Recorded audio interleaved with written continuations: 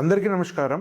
మంచి BTech college కోసం మనం దాదాపుగా 5 నుంచి 7 ఏళ్ల ముందు నుంచే మిడిల్ క్లాస్ పేరెంట్స్ ప్లాన్ చేస్తుంటాం. సో ఏదో ఒక ర్యాంక్ వచ్చింది, అది ఆశించింది కావచ్చు, బాధాకరమైనటువంటి ర్యాంక్ కావచ్చు, ఏదో ఒక బీటెక్ కాలేజ్లో చేర్పిస్తాం. సో బీటెక్ కాలేజ్ చేర్పించిన తర్వాత చాలా ఒత్తిడికి గురవుతుంటాం. మంచి ప్లేస్మెంట్ రావాలనుకుంటాం. సో మంచి ఆశించిన కాలేజ్ రానప్పుడు కూడా చాలా నర్వస్ ఫీలింగ్ ఉంటుంది. మంచి కాలేజ్లో ఐఐటీ వస్తే ఎక్స్పెక్టేషన్ కూడా ఎక్కువ పెట్టుకుంటాం. సో కానీ ఇంజనీరింగ్లో చేర్పించిన తర్వాత నిజంగా చెప్పాలంటే పేరెంట్స్కు పెద్దగా బాధ్యతలు ఉండదు, ఆ స్టూడెంట్స్ రోల్ ఎక్కువ ఉంటుంది. ఇంటర్మీడియట్లో అయితే పేరెంట్స్కు చాలా ఇంపార్టెంట్ రోల్ ఉంటుంది స్కూల్లో ఇంటర్మీడియట్.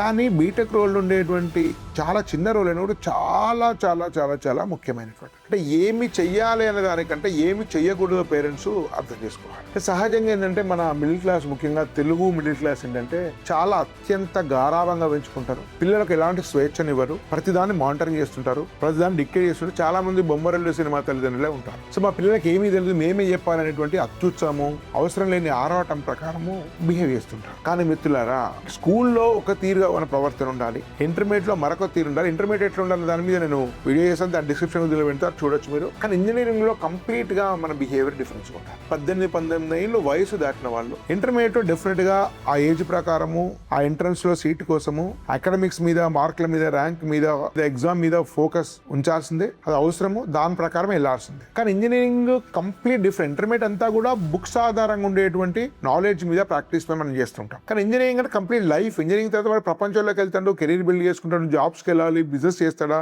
సివిల్ సర్వీస్కి వెళ్తుంటాడా, మరొకటి మీ పేరెంట్స్కి ఉండేటువంటి వృత్తిని వహిస్తారో తెలియదు. కానీ ఇంటర్మీడియట్ లో మన పిల్లల్ని వ్యవహరించేటువంటి తీరు చాలా చాలా ముఖ్యమైనటువంటి. మిత్రులారా గుర్తుపెట్టుకోండి, ప్రతి స్టూడెంట్ కూడా చాలా డిఫరెంట్. మీరు అనవసరంగా ఎక్స్పెక్టేషన్ పెంచకండి పిల్లలకు. వాళ్ళు ఏం చేస్తారో మీరు నిర్ణయించలేదు. ఇంజనీరింగ్ ఫస్ట్ వరకు వచ్చేటువంటి అభిప్రాయాలు ఏవి కూడా సైంటిఫిక్ కాదు. వాళ్ళ టీచర్ మీదనో, వాళ్ళ రిలేటివ్స్ మన పిల్లల మీదనో, తల్లిదండ్రుల ప్రభావంతో కొన్ని అభిప్రాయాలు ఏర్పరచుకుంటారు. కానీ ఇంజనీరింగ్ 4th ఇయర్ అయ్యేసరికి వాళ్ళ అభిప్రాయాలు కన్సాలిడేట్ అవుతుంటాయి, వారి సామర్థ్యం అర్థమవుతుంది, వాళ్ళ ఆసక్తి అర్థమవుతుంది. ఎందుకంటే ఇంజనీరింగ్ లో కాస్త స్వేచ్ఛ వస్తుంది. కాబట్టి ఇంటర్మీడియట్ ఫస్ట్ ఇయర్లో మీరు ఎలాంటి లక్ష్యాన్ని నిర్దేశించకండి. 1-2 ఇయర్స్ జీవితాన్ని ఎక్స్ప్లోర్ చేయనియండి, అన్వేషించనియండి. తానేంటో తను అర్థం చేసుకునే విధంగా ఆ సమయాన్ని ఇవ్వండి. ఇంటర్మీడియట్ వరకు వాడిది పోరాటమే, మార్కులకై, ర్యాంక్కై, రిజల్ట్కై పోరాటమే.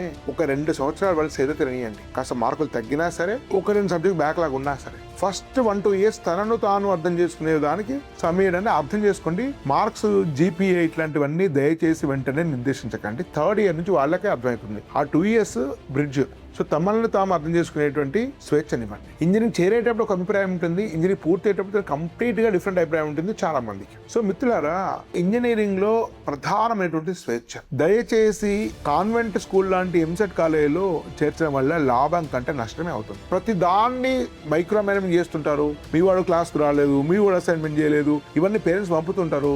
దానివల్ల చాలా రకాలుగా మీరు లాభం అనుకుంటారు కానీ నష్టమే అవుతుంది. చాలా మంది ఎంసెట్ కాలేజీలో పనికిమాల లెక్చరర్స్ వారి ఈగో తోటి మేనేజ్ చేస్తుంటారు. వాళ్ళ ద్వారా నేర్చుకునేది వీళ్ళకి ఏమీ ఉండదు. ప్రధానంగా లెర్నింగ్ ఆన్లైన్ కానీ, లైబ్రరీ కానీ, పీర్ గ్రూప్, క్లాస్మేట్స్ కలిపి నేర్చుకునేదే చాలా ప్రధానంగా ఉంటుంది. ఎంసెట్ లాంటి కార్యాలకు బిట్స్ ప్లాన్ లాగా 100% ఏమాత్రం అటెండెన్స్ అవసరం, 0 అటెండెన్స్ అని నేను చెప్పను.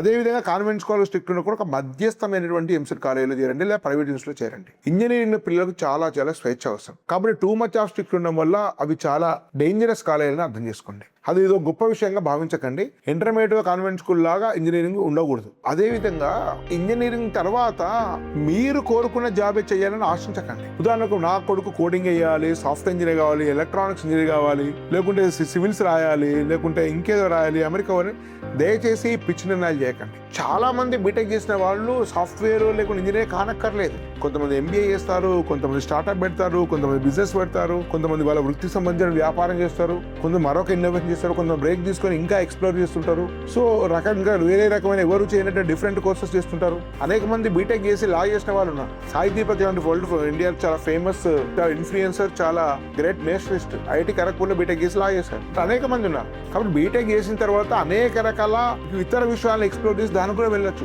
మీరు అనుమతించండి. కోర్ ఇంజనీరింగ్ అయితే ఎంటెక్ చేయడాన్ని కూడా ఆలోచించుకోనియండి. బీటెక్ తర్వాత జాబ్ వస్తుందని గ్యారంటీ లేదు, జాబ్ వచ్చా చేస్తాం గ్యారంటీ లేదు. అనేక మంది సాఫ్ట్వేర్ ఇంజనీర్ వచ్చిన తర్వాత నెక్స్ట్ 2 నుంచి 3 ఏళ్ళలో చాలా మంది జాబ్స్ మానేస్తున్నారు, చేయలేకపోతున్నారు. ఎందుకంటే వాళ్ళు ఇష్టం లేకుండా వచ్చినటువంటి వృత్తి, యాక్సిడెంటల్ గా జరిగినటువంటి. కాబట్టి ప్రపంచంలో చాలా రకాల కొత్త అవకాశాలు వస్తున్నాయి. ఈవెన్ ఒక మెకానికల్, ఒక కెమికల్, ఒక మెటలర్జీ, ఈ వీళ్ళకు కూడా అనేక కొత్త అవకాశాలు వస్తున్నాయి.